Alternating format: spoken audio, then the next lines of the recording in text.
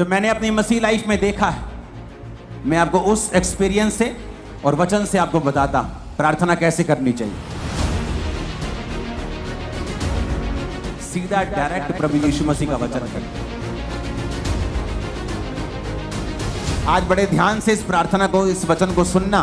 अगर आपने सुना और माना, लाइफ सेम नहीं होगी, उत्तर आएंगे, आपकी लाइफ रिलीज होगी, शैतान से डिलीवरेंस होगी, हर तरह से आप ऊंचा जाएंगे। आमीन खड़कने वाला चाहिए जरा। अपने हाथों को उठाओ। जो कुछ आज मैं सुनता हूं, मैं उस पे फलों को लाकर अपने परमेश्वर को खुश करूंगा प्रभु यीशु मसीह के सामर्थी नाम में। जोर से तारीफ करो, जितने हाथों में ताकत है, जोर से। लूका 6 उसकी 12 और 13 आयत को हम पढ़ेंगे। उसमें लिखा है कि उन दिनों में वह पहाड़ पर प्रार्थना करने के लिए गया और परमेश्वर से प्रार्थना करने में सारी रात बिताई। जब दिन हुआ तो उसने अपने चेलों को बुलाकर उनमें से 12 चुन लिए और उनको प्रेरित कहा। बाइबल कहती है प्रभु यीशु मसीह ने सारी रात प्रार्थना की, पहाड़ पर प्रार्थना करने के लिए गए और सारी रात प्रार्थना करते रहे, क्योंकि दिन को परमेश्वर को चेलों को चुनना था। एक इंपॉर्टेंट काम परमेश्वर ने करना था। परमेश्वर ये नहीं चाहते थे कि वो चर्च को, कलीसिया को, लोगों को, क्योंकि प्रभु जानते थे कि उनका एक लिमिटेड टाइम है जो उन्होंने जीना है और उसके बाद क्रूस पर चढ़ना है, मरना है और फिर तीसरे दिन मुर्दों में से जी उठना है, फिर 40 दिन प्रीच करना है और उसके बाद 41वें दिन स्वर्ग पे चले जाना है और फिर उसने लेने आना है। ये परमेश्वर को मालूम था। तो परमेश्वर जानते थे कि उसके जाने के बाद वो चेले काम करेंगे जिन्होंने परमेश्वर से सीखा है। इसलिए अगर आप बाइबल को ध्यान से पढ़ेंगे तो परमेश्वर ने कुछ महीने ही लोगों के साथ उनको चंगा करते हुए और उनको प्रीच करते हुए बिताए। कुछ लोग 34 दिन कहते हैं, हम 2 महीने भी लगा लें। और बाकी के 3.5 साल उसने चेलों को ट्रेंड करने के लिए, चेलों को सिखाने के लिए बिताए, क्योंकि परमेश्वर ये जानते थे कि अब ये मेरा सुसमाचार चेले आके लेके जाएंगे। तो परमेश्वर ये जानते थे कि मैं चर्च को कमजोर लीडर ना दूं, डाइवर्टेड लीडर ना दे दूं, शारीरिक अगुवे ना दे दूं, गलत अगुवे ना दे दूं। तो परमेश्वर ने अपने डिसीजन को सही करने के लिए सारी रात प्रार्थना की। लेकिन आज का विश्वासी जब पता है कि सुबह एक बड़ी अच्छी डील करने के लिए जाना है, रात को वो मोबाइल पे लगा होता है और 2 बजे व्हाट्सएप चला के, फेसबुक चला के, सारे दोस्तों को इंस्टाग्राम पे चेक करके फिर वो सोता है और फिर लाइफ में गलतियां करता है और फिर इल्जाम दूसरों पे डालता है। यार ये बंदा गलत मिल गया लाइफ, यार मेरा पार्टनर गलत मिल गया, बिजनेस पार्टनर सही नहीं मिलिया मैनू, यार मैनू उन्हें धोखा दे दिता। जीसस जानते थे कि अपना फेलियर किसी के ऊपर डालने के बजाय ये अच्छा है कि मैं सारी रात परमेश्वर से प्रार्थना करूं और परमेश्वर से अगुवाई को मांगूं और अपने डिसीजंस के ऊपर परमेश्वर की अगुवाई को लूं, ताकि मैं कोई भी गलती ना करूं। हालांकि उन 12 चेलों में से एक व्यक्ति शैतान था, यहूदा इस्करियोती, लेकिन वो भी परमेश्वर की इच्छा के नीचे ही था कि उसका चेला ही उसे पकड़वाएगा। उसका प्रेम करने वाला, उसको चुंबन देने वाला, किस करने वाला चेला ही उसे पकड़वाएगा। लेकिन आज कितने विश्वासी हैं जो अपनी लाइफ के इंपॉर्टेंट डिसीजंस लेने हो तो वो प्रार्थना के साथ जाते हैं। आपके बच्चों को कौन से स्कूल में डालना है, ये प्रार्थना का विषय है। आपको किस जगह पर कैसे सेवकाई करनी है, प्रार्थना का विषय है। इस सेवकाई को करने से पहले, इस सेवकाई को शुरू करने से पहले मैं लंबी लंबी रातों प्रार्थनाओं में रहा हूं कि मुझे किस तरह से शुरुआत करनी है, कहां करनी है, मुझे कुछ मालूम नहीं था। बाइबल कहती है प्रार्थना छुटकारे को लेके आती है, लेकिन आज कितने विश्वासी हैं जो प्रार्थना करते हैं। अक्टूबर महीना एक बहुत स्पिरिचुअल महीना है और सबसे इंपॉर्टेंट महीनों में एक है आप लोगों के लिए। मैं आपको बता रहा हूं स्पिरिचुअली, मैं इसमें डिटेल में नहीं जाना चाहता, लोग जादू और टोनों के नीचे रहते हैं इन महीनों में, लेकिन इन्हीं महीनों में परमेश्वर का आत्मा भी आपकी लाइफ में बड़े काम करना चाहता है। बहुत लोग ये जानते हैं कि प्रार्थना करने से वो छूट जाएंगे, लेकिन जब भी वो प्रार्थना करने के लिए बैठते हैं, शैतान पूरी तरह से उन पे फाइट करता है। आपके परिवार के बीच से होके, आपके शरीर के बीच से होके, इच्छाओं के बीच से होके, आपको जब प्रार्थना करने का समय होता है, हर तरह के नेगेटिव ख्याल आपके मन में आता है, हर तरह का अविश्वास आपके मन में आता है। तो मैं भी ये क्वेश्चन करना चाहता हूं कि जब आप प्रार्थना करने के लिए बैठते हैं तभी ऐसा क्यों होता है? आप टीवी देखने के लिए बैठते तब ऐसा क्यों नहीं होता? जब आप प्रार्थना करने के लिए बैठते हैं तभी अविश्वास मन में क्यों आता है? तभी शैतान मन में क्यों आता है? तभी नेगेटिव बात मन में क्यों आती? तभी पाप मन में क्यों आता है? क्योंकि शैतान को मालूम है प्रेयर में छुटकारा है। उसको पता है कि प्रेयर के द्वारा ही आप अगले लेवल तक जा सकते हो। उसको पता है कि प्रेयर के द्वारा ही आप ऐसे डिसीजन ले सकते हो जो आप अपने दिमाग से कभी नहीं ले पा रहे थे। क्योंकि उसको पता है कि जब आप प्रेयर करेंगे तो परमेश्वर आपकी स्पिरिट में आपकी अगुवाई करेगा। झट से आपको अंदर एक लाइट की तरह जगता है, जैसे लाइट जगती है ना एकदम कमरे में, वो मोमेंट एक लाइट की तरह होता है। जस्ट आपकी स्पिरिट में ऐसे आता है लाइट की तरह, और आपको मालूम होता है कि परमेश्वर ने आपसे बात की है। लेकिन ये सारी चीजें प्रार्थना में होती हैं और वचन पढ़ने के दौरान होती हैं, जब आप प्रार्थना वाले स्थान में होते हैं और आप वचन पढ़ते हैं। आप जानते हैं बाइबल में लिखा है कि प्रभु यीशु मसीह के कोड़े खाने से आप लोग चंगे हुए। लिखा है कि नहीं लिखा? तब भी कुछ विश्वासी बीमार रहेंगे। ऐसा क्यों? अगर यीशु मसीह के कोड़े खाने से हम चंगे हुए हैं, अगर हमारे परमेश्वर ने प्राइस पे कर दिया है, मूल्य अदा कर दिया है, तो फिर भी बीमारी क्यों? बीमारी इसलिए क्योंकि बाइबल का वचन कभी भी अपने आप पूरा नहीं होता। जिस तरह इंडिया का संविधान जो आपको ताकत देता है, जो ये कहता है कि जब आपने एक प्रॉपर्टी के पैसे पे कर दिए और वो प्रॉपर्टी की रजिस्ट्री आपके नाम के ऊपर है, तो कोई दूसरा उस पर कब्जा नहीं कर सकता, लेकिन फिर भी लोग कब्जा कर लेते हैं। हाँ या ना? फिर आप क्या करते हैं? आप कोर्ट में जाते हैं। आप कोर्ट में जाके बोलते हैं जज साहब को, जज साहब आपके संविधान में लिखा है कि ऐसा ऐसा ऐसा लॉ है, इस लॉ के मुताबिक ये मैं इस प्रॉपर्टी का मालिक हूं, कागज मेरे नाम पे हैं। तो वो जज डिसीजन देता है, जब सब कुछ जांच परख लेता है, कि उस बंदे को बाहर निकाला जाए।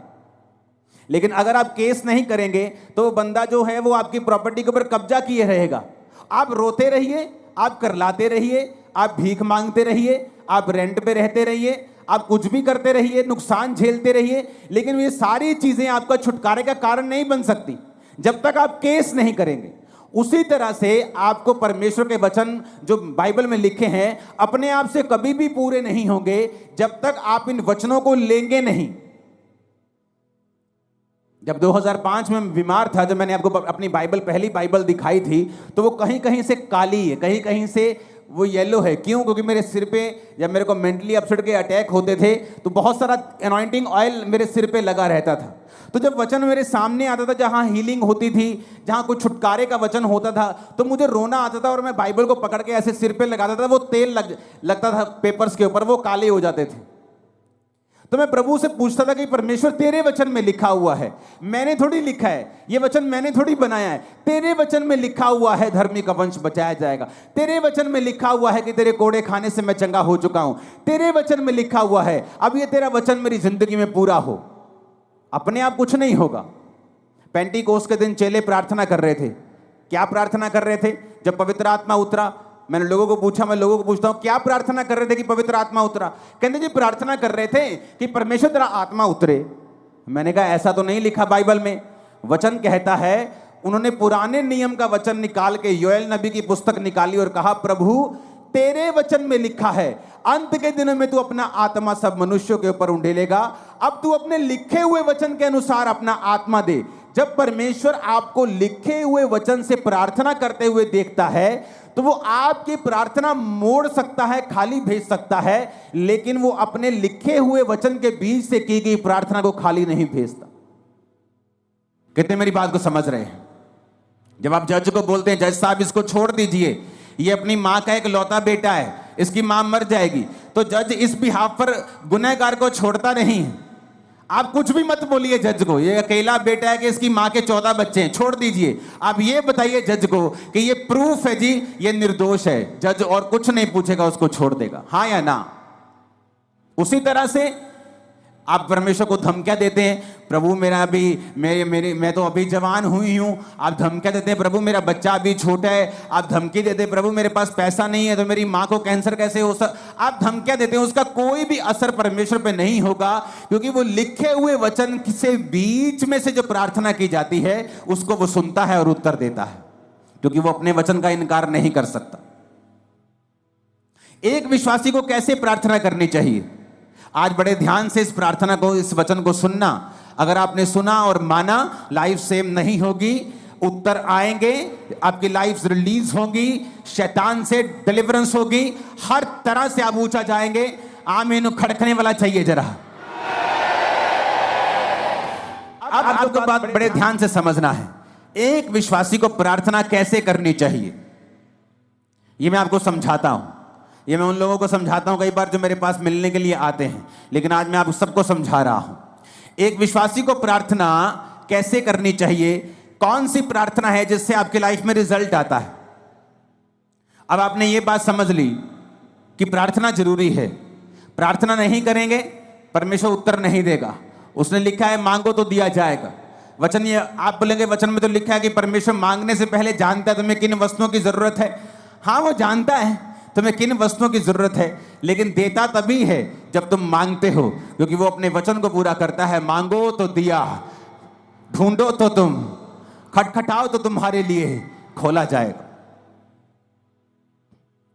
अब शैतान बुरी कोशिश करता है कि जब तुम प्रार्थना करने के लिए बैठो, तुम्हें फोन याद आ जाए, तुम्हें सॉन्ग याद आ जाए, तुम्हें कुछ बात याद आ जाए, तुम्हें काम याद आ जाए, एनीथिंग पॉसिबल, पॉजिटिव और नेगेटिव एनीथिंग वो आपको याद करवाएगा, क्योंकि उसको मालूम है कि प्रार्थना ही एक ऐसा एक लौता माध्यम है जिसके द्वारा तुम परमेश्वर के साथ जुड़ते हो और आगे बढ़ते हो, और परमेश्वर का आत्मा तुम्हारी अगुवाई करता है।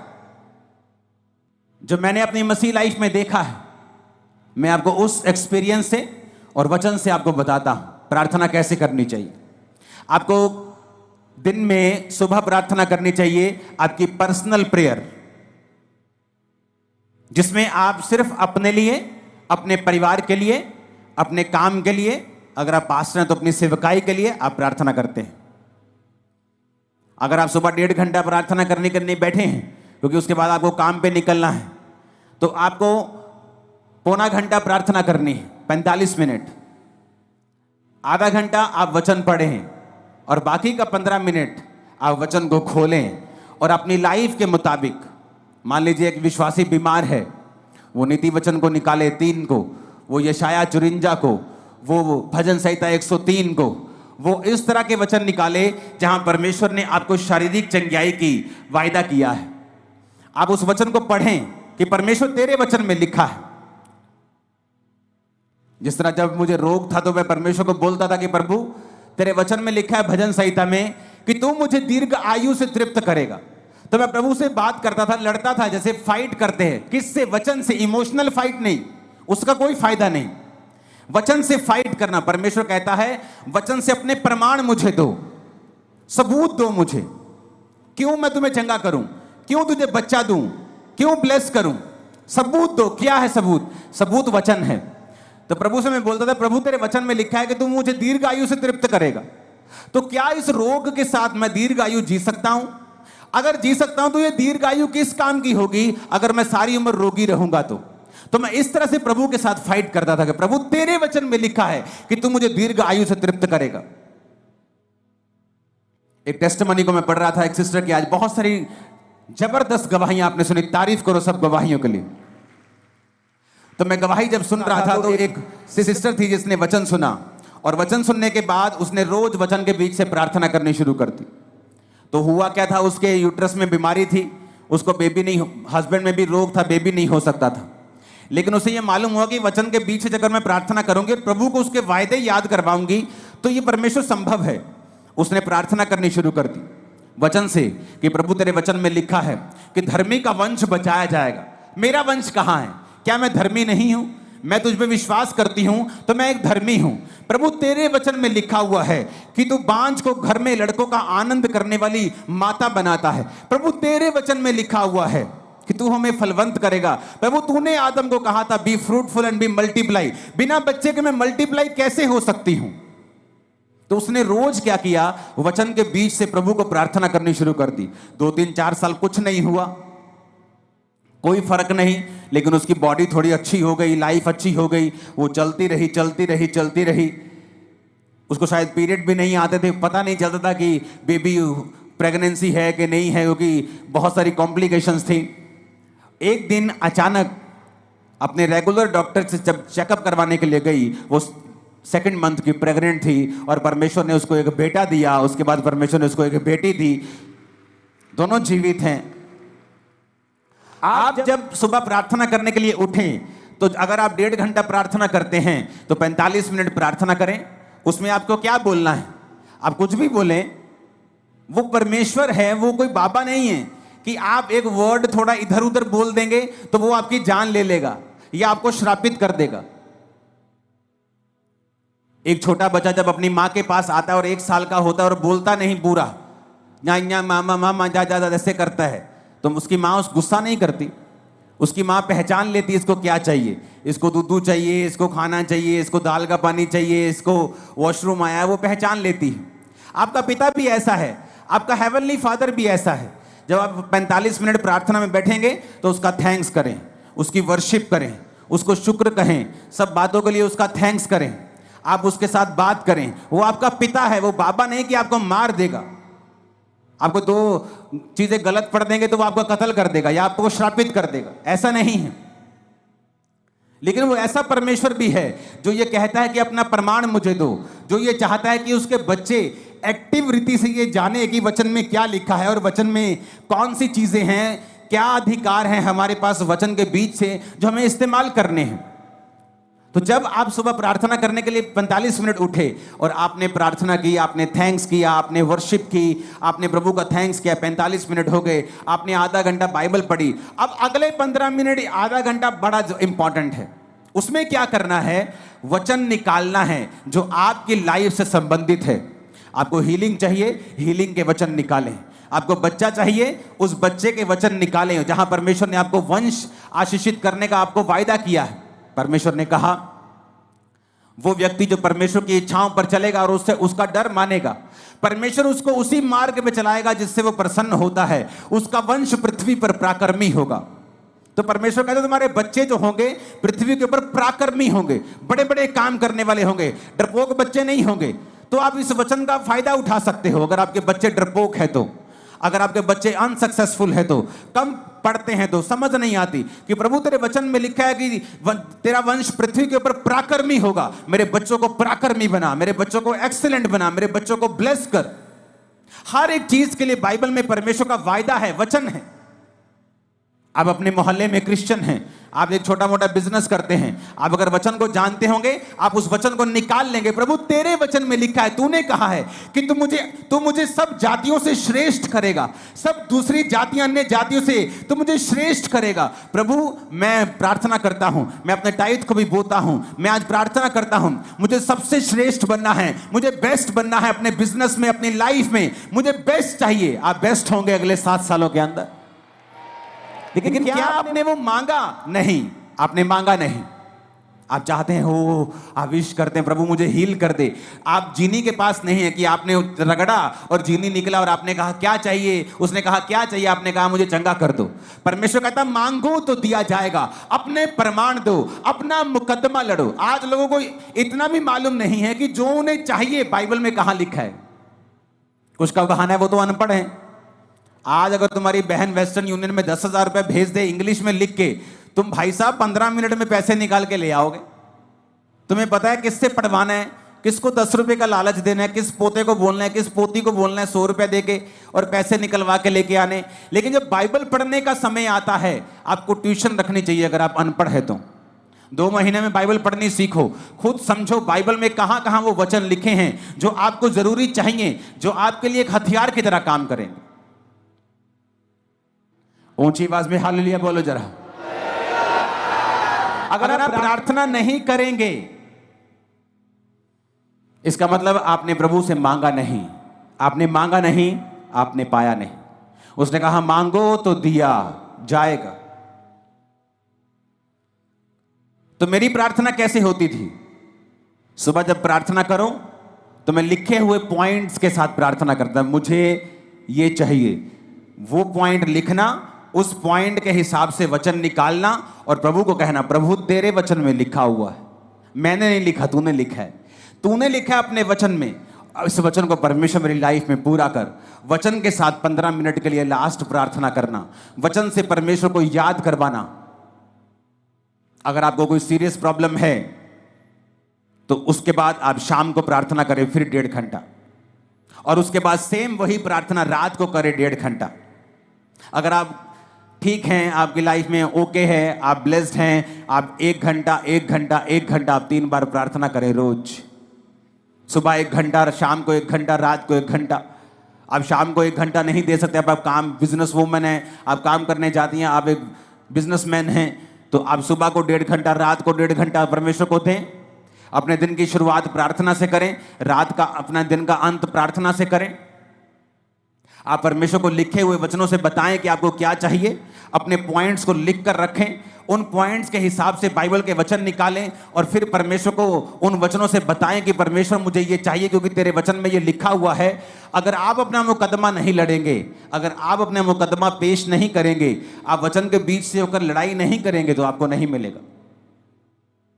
अब अपने आप में अंदर एक, पंजाबी के अंदर चाती मार के देखो अंदर जरा कि कितनी प्रार्थना करते हैं आप, या जो आपको चाहिए कि आपने उससे इनफ मांगा है, जो आपको प्रभु से चाहिए क्या आपने उसके लिए फाइट की है, क्या आपने उसके लिए लड़ाई की है? नहीं की। अगर केस बड़ा हो, आम बुखार हो तो पैरासीटामोल से ठीक हो सकता है, लेकिन बुखार अगर टीबी की वजह से हो तो टीबी की दवाई खानी पड़ती है। केस बड़ा है, कैंसर बड़ा है, बीमारी बड़ी है, प्रार्थना आधे घंटे की है, बस यही बोलते रहते बेड पे बैठे, प्रभु कुछ कर, प्रभु मैंने चंगा कर, और ये नहीं कहते प्रभु तेरे वचन में लिखा है तेरे कोड़े खाने से हम चंगे हुए। आज मैं वचन के बीच तेरे पास आता हूं, तूने कहा है तू संकट के दिन तू मुझे पुकार तो मैं तुझे उत्तर दूंगा। तेरे वचन में लिखा हुआ है कि तू अपने धर्मी जन के अपराधों को माफ करता है, उनको चंगा भी करता है, लेकिन वचन के बीच से हमने कोई प्रार्थना नहीं की। यीशु मसीह को मालूम था कि मैं अपनी चर्च को कमजोर चेले नहीं दे सकता, डाइवर्टेड चेले नहीं दे सकता, क्योंकि जब प्रभु यीशु मसीह ने 12 चेले चुने तो मैं आपको बता सकता हूं परमेश्वर के पास सैकड़ों लोग थे जो उसको उस समय फॉलो कर रहे थे, और सैकड़ों लोगों में से परमेश्वर ने 12 प्रेरित चुने थे, और उन 12 प्रेरितों को चुनने से पहले प्रभु यीशु मसीह खुद परमेश्वर होने के बावजूद भी वो सारी रात पिता से प्रार्थना करने के लिए गए। आज हमें लगता है ये अच्छा है, ये अच्छा है, लेकिन परमेश्वर कहता है विद प्रेयर अगर तुम वो काम करोगे तुम कभी फेल नहीं होगे। कितनों को इन बातों को समझ आ रही है? कहां गलती है, कहां चर्च गलती कर रही? परमेश्वर ने सारी रात प्रार्थना रोज नहीं की, उसने रोज सारी रात प्रार्थना नहीं की। मैं रोज रात को प्रार्थना करता हूं, लेकिन रोज फुल नाइट प्रेयर नहीं करता हूं। मैं रोज सुबह प्रार्थना करता हूं, रोज रात को प्रार्थना करता हूं, शाम को भी हम फैमिली प्रार्थना करते हैं। हालेलुया। तो क्या मैं इनफ प्रार्थना कर रहा हूं? तो ये बेस्ट है कि अगर आप 1+1+1 प्रार्थना करें। अगर आप 1 घंटा प्रार्थना करने के लिए बैठे हैं सुबह 1.5 घंटा, तो आधा पौना घंटा आप प्रार्थना करें, प्रभु से अपने वर्शिप करें, उसका थैंक्स करें। उसके बाद आप बाइबल पढ़ें कुछ समय के लिए, और फिर कुछ समय आप बाइबल के वचनों के बीच से होकर प्रार्थना करें। आपकी लाइफ कभी भी सेम नहीं रहेगी।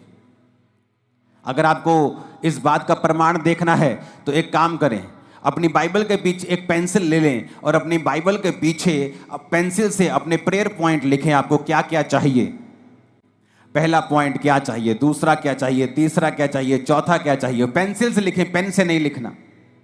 और उन पेंसिल से लिखे हुए जो आपके प्रेयर पॉइंट हैं उन्हें वचन के बीच से होकर आप रोज 1+1+1 रोज 2 समय कम से कम 1.5 घंटा या 1 घंटा 3 बार आप रोज परमेश्वर को याद करवाना शुरू करें।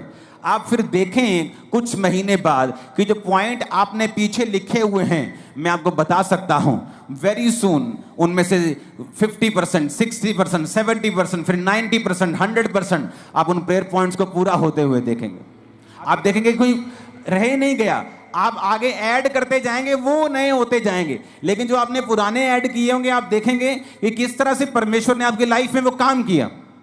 और जो आपके प्रेयर पॉइंट पूरा हो गया, उसे मिटे दें, उसे मिटाकर पेन लें और बाइबल में ही कहीं पर एक बहुत से बाइबल में खाली पेजेस होते हैं, उस पेन से लिखें गवाही कि ये प्रेयर पॉइंट आपका था, इस तारीख को परमेश्वर ने इसको पूरा कर दिया। जो प्रेयर पॉइंट पूरा होता जाए, बाइबल के पीछे पेन से लिखते जाएं। आप हैरान हो जाएंगे इस प्रार्थना को करने के बाद, इस तरह की प्रार्थना को करने के बाद, जब आप 1 साल के बाद अपनी बाइबल देखेंगे तो आपके नीले पॉइंट ज्यादा होंगे और काले वाले कम होंगे। आप देखेंगे वो पूरे हो रहे हैं। और जब भी आप देखेंगे कि शैतान आपको इस प्रार्थना करने से क्यों रोकता रहा है, उसको मालूम है इसी प्रेयर में रिजल्ट आना है। शैतान को पता है कि इसी प्रार्थना के द्वारा आप छुड़ाए जाएंगे, इसलिए वो पूरी संभव कोशिश करता है कि आपको इस प्रार्थना से दूर रखा जाए, क्योंकि प्रार्थना में छुटकारा है, ये शैतान जानता है। परमेश्वर ने क्या कहा? इतना सिंपल और इतना पावरफुल परमेश्वर ने वचन दिया। परमेश्वर ने कहा, एक नगर में एक विधवा थी और एक अधर्मी न्यायी रहता था। न्यायी मतलब एक जज रहता था, लेकिन अधर्मी था, पापी था। तो विधवा बार बार उसके पास जाकर बोलती थी, मेरा न्याय चुका और मुझे मुद्दई से बचा, मुझे इस फलाने बंदे से बचा, मेरा न्याय कर। तो बाइबल कहती है, परमेश्वर कहता कि वो अधर्मी, वो पापी न्यायी क्या सोचता है कि ये विधवा आकर बार बार मेरे नाक में दम ना कर दे, इसलिए मैं इसका काम कर देता हूं। तो परमेश्वर ने कहा, सुनो वो अधर्मी क्या कहता है। अब जो व्यक्ति दिन रात परमेश्वर के नाम की दुहाई देता है, परमेश्वर ने कहा, क्या मैं उसका न्याय नहीं करूंगा? जो व्यक्ति दिन रात मेरे नाम की दुहाई देता है, क्या मैं उसका न्याय नहीं चुकाऊंगा? क्या मैं उसकी प्रार्थना नहीं करूंगा? ये कौन कह रहा है? सीधा डायरेक्ट प्रभु यीशु मसीह का वचन है ये। प्रभु यीशु मसीह अपने मुंह से अपने लोगों को समझा रहे हैं कि एक विधवा बार बार जाने से एक पापी बंदे से न्याय ले सकती है। तो प्रभु कहता है कि अगर तुम मेरे पास दिन और रात मेरे नाम की दुहाई दोगे, मैं तुम्हारा न्याय क्यों नहीं करूंगा? मैं तुम्हें क्यों नहीं छुड़ाऊंगा? मैं क्यों तुम्हारी प्रार्थना का उत्तर नहीं दूंगा? मैं क्यों तुम्हें नहीं बंधनों से आजाद करूंगा? पर कंडीशन क्या है? अगर वो दिन रात मेरे नाम की दुहाई दें। आप एक दिन प्रार्थना करेंगे सुबह, आपने प्रार्थना की, प्रभु तेरे वचन में लिखा है धर्मी का वंश पराक्रमी होगा। प्रभु अपने बच्चों के लिए प्रार्थना करता हूं, अपने लिए हीलिंग के लिए, डिलीवरेंस। आप प्रार्थना करते हैं वचन के बीच, आप वही प्रार्थना फिर शाम को करते हैं, वही प्रार्थना फिर आप रात को करते हैं, फिर सुबह, फिर दोपहर, फिर शाम, फिर रात, फिर सुबह, फिर शाम, फिर रात, फिर सुबह, फिर शाम। परमेश्वर को आप दुखी कर देंगे और वो जवाब देगा। वो अपने वचन का इनकार नहीं कर सकता, वचन को डिनाई नहीं कर सकता। अगर आप वचन के बीच से उससे लड़ेंगे, वो आपको उत्तर देगा। याकूब को भी यह बात मालूम थी। याकूब को पता था कि उसका भाई उसे मारने के लिए 400 बंदे लेके आ रहा है। क्या लिखा वचन में? उसने सब परिवार को नदी के पार कर दिया।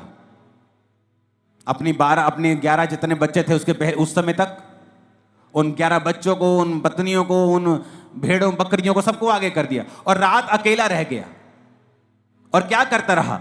लिखा वो स्वर्गदूत के साथ रात भर लड़ता रहा। कैसे लड़ता रहा? शरीर के साथ नहीं। आप प्रभु से नहीं लड़ सकते, जा मैं तेनू नहीं मानता, जा मैं हूं प्रार्थना, आप ऐसे नहीं लड़ सकते। आप वचन से लड़ सकते। प्रभु तेरे वचन में लिखा है कि नहीं लिखा? तेरे वचन में लिखा है ना, तो ये मेरे जीवन में पूरा कर। तेरे वचन में लिखा है, मैं बांझ कैसे रह सकती हूं? क्योंकि तूने कहा है कि धर्मी तू बच, तेरा घराना बचाया जाएगा। तेरे वचन में लिखा है गर्भ का फल यहोवा के और से दिया हुआ प्रतिफल है। तेरे वचन में लिखा है, तो मैं गर्भ के फल से कैसे रह सकती हूं? आप लड़ेंगे नहीं। तो बाइबल कहती है वो पूरी रात लड़ा और परमेश्वर के दूत ने कहा अब से तेरा नाम इज़राइल होगा। और उसके भाई का मन चेंज हो गया। जब वो भाई से मिला तो उसने उसे मारा नहीं। क्यों? क्योंकि प्रार्थना में वो सब बातों को जीत चुका था। प्रभु ने उससे वायदा किया था कि मैं तेरे वंश को ये करूंगा, तेरे वंश को वो करूंगा। तो वो क्या फाइट कर रहा था? प्रभु मैंने थोड़ी कहा था कि मेरे वंश को तू ब्लेस कर। तूने कहा था कि तेरे वंश में राजा पैदा होंगे। तूने कहा था कि तेरे वंश में ये होगा। तूने मेरे बाप, तूने मेरे दादा, तूने मेरे फलाने को ये कहा था। वो परमेश्वर से इस वचन से फाइट कर रहा था कि तेरा वचन कहता है, तेरा वायदा है, तूने कहा था कि मेरे दादा को, मेरे बाप को, मेरे दादा अब्राहम को तूने कहा था कि तेरा वंश ऐसा होगा। और तू जानता है परमेश्वर, मेरा भाई तुझ में नहीं है, एसाव तुझ में नहीं है, एसाव परमेश्वर में नहीं है। अगर वो परमेश्वर में होता तो कनानी लड़कियों से कभी भी शादी नहीं करता। मैं तुझ में हूं, मैं अपने दादा, अपने पिता का वंश हूं, मेरे वंश के साथ तेरा वायदा है। इस तरह से वो फाइट कर रहा था और परमेश्वर ने उसको सुना। जोर से हालेलुया बोलो जरा। आज से अगर ये प्रेयर शुरू की तो नीले पेन से लिखने के लिए जल्दी तैयार हो जाना। लिखना जरूर, आपको समझ आएगी मैं क्या कह रहा हूं। आप जब लिखना शुरू करेंगे पेंसिल से, जो आपको चाहिए, जो मिल गया उसे पेन से लिखेंगे, आपको रियलाइज होगा कि आपने परमेश्वर से कहीं अधिक पाया है। कितनी प्रार्थनाओं को परमेश्वर ने सुना है। आप भूल जाएंगे 3 साल में आज आपको क्या मिला था, लेकिन वो पेन से लिखा हुआ आपको याद करवाता रहेगा। उतना कॉन्फिडेंस आपका बढ़ेगा कि मुझे इस प्रार्थना से उत्तर मिले हैं, इस तरह से मुझे उत्तर मिला था इस समय, उस समय, फलाने साल। अगर उस साल में इतना फंसा हुआ था और मैंने इस रीति के साथ प्रार्थना की तो वो वचन तो सेम है, आज वो मुझे छुड़ाएगा जैसे उस समय परमेश्वर ने मुझे छुड़ाया था। तो वो सारी उम्र आपकी रक्षा करता रहेगा। इसलिए मैं कहता हूं अपनी बाइबल को ज्यादा चेंज मत करना। मेरी बाइबल का कवर कितनी बार फट जाता है, पेज फट जाता है, उसी को मैं चिपका लेता हूं। मेरे पास हजारों बाइबल पड़ी, लेकिन उस बाइबल में लिखा हुआ है, पीछे पॉइंट्स लिखे हैं, चीजें लिखी हैं, तो मैं चाहता नहीं कि वो मैं मिस करूं। हालेलुया बोलो ऊंची आवाज में। आज से ऊंची आवाज से बोलो, प्रार्थना करेंगे हम, इसी तरह से करेंगे, वचन के बीच से करेंगे। आमीन बोलो ऊंची आवाज। ये अक्टूबर स्पिरिचुअल मंथ होगा, फाइट का, जीतने का, डिलीवरेंस का, आशीष का, फाइनेंशियल ब्लेसिंग का भी होगा। आमीन। रोज प्रार्थना करने के लिए तैयार हैं? कैसे प्रार्थना करेंगे रोज? और कहता दिन और रात मेरे नाम की जो दुहाई देंगे। कितना सिंपल है परमेश्वर। उसने कहा है कि विधवा अपना न्याय करवा सकती है, बेवकूफ हो तो तुम क्यों नहीं करवा सकते? एक अधर्मी से, एक पापी से विधवा अपना काम निकलवा सकती है, तो तुम्हारा दिमाग कहां है? तुम धर्मी से, तुम परमेश्वर से काम नहीं निकलवा सकते क्या? एक विधवा एक पापी के पास बार बार जाकर उसको तंग करके काम निकलवा सकती है, परमेश्वर ने कहा, तो तुम्हारा दिमाग कहां है? तुम्हारे दिमाग पर शैतान ने क्यों पर्दा डाला है? तुम अंधे और गूंगे क्यों बनकर बैठे हो? तुम क्यों नहीं दिन और रात परमेश्वर के नाम की दुहाई देते हो? वचन के बीज से क्यों नहीं प्रार्थना करते हो? प्रार्थना करने के लिए परमेश्वर के समीप क्यों नहीं आते हो? और ये एग्जाम्पल खुद प्रभु यीशु मसीह ने अपने मुंह से दी है। एक विधवा का न्याय अगर अधर्मी पापी कर सकता है, क्योंकि वो एक ऊंची पोस्ट के ऊपर है, लेकिन ना तो परमेश्वर से डरता है, ना किसी आदमी की परवाह करता है, फिर भी विधवा उससे काम निकलवा लेती है और वो ये सोचता है कि बार बार विधवा मेरे नाक में दम करेगी, तो परमेश्वर कहता है अगर विधवा उसका न्याय करवा सकती है अपना उसके पास जाके, और वो उस विधवा का न्याय कर सकता है, तो परमेश्वर तुम्हारा न्याय क्यों नहीं करेगा? अगर तुम भी कहने का मतलब है उसके नाक में दम कर दो तो।